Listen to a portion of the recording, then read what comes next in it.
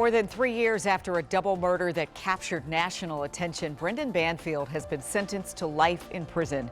Thank you for joining us. I'm Leslie Foster. We've been following this high-profile case for you since 2023. Former IRS agent Brendan Banfield and the family's au pair, Juliana Perez Magales, has been convicted of murdering Brendan's wife, Christine, and a stranger, Joseph Ryan. Tonight, Brendan still insists he's innocent. I'm greatly disappointed in the legal system. The system has failed not only me, but also Christine, my daughter, the Bensons, and the rest of my family. I am not responsible for her death. This is not a knife that I ever held in my hand, and I never stabbed her. Let's bring in our team to get you up to speed. Matthew Torres is talking with Christine Banfield's family to get their reaction to today's sentencing. But we begin with Katie Lusso.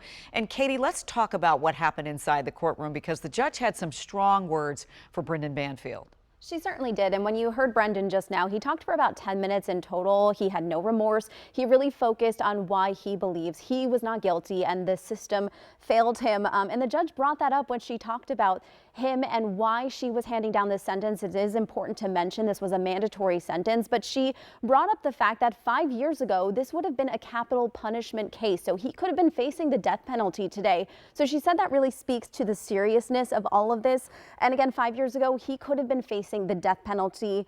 She said 18 years on the bench. She has handled a lot of cases. She has sentenced a lot of people. She talked about how she has sentenced a lot of people who made bad choices, but maybe they weren't necessarily bad people. She said only twice in her 18 years on the bench has she seen a case where she felt they were in fact evil, as she called him. Take a listen. Two individuals that carried no remorse, calculated and planned their violent crimes and left many victims and devastation in their path. As I listen to the evidence in this case and listen to your testimony, it is apparent that I am once again looking at that same kind of evil.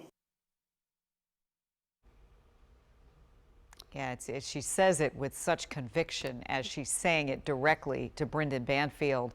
I know there's a lot more to unpack on this, including talking more about Christine Banfield in just a moment, but it's also important for us to remember that she was not the only victim in this case. Joseph Ryan was too. Yeah, and Joseph Ryan, you know, he has been called the stranger. He's been called the intruder, but he was also a son. He was a man who was beloved. We heard from his mother and his aunt during the victim impact statements today, but it's also important. I want to mention that we spoke to Deirdre Fisher, his mother, previously. She really wanted to clear his name and get justice for him. And today she told me that justice was in fact served. But again, an important reminder, there were two victims here. And I want to mention something else that his mother told me today. She said not only during the sentencing today, but she said Brendan killed him, but then also soiled his name and treated him as a disposable. She said he is not disposable. He is her son, and she has to live with the fact that he is now gone, Leslie. Yeah, she's been really trying to make sure that people don't forget that there was another person who died tragically in that situation. Now, we know this isn't quite the end of this case, so what's next? Yeah, well, it seems, it's not confirmed yet, but it seems as though Brendan is planning to appeal this case. I can tell you that John Carroll, his defense attorney, will not be handling that appeal. He has now been assigned a public defender, but it does look like the process is beginning to start an appeal here.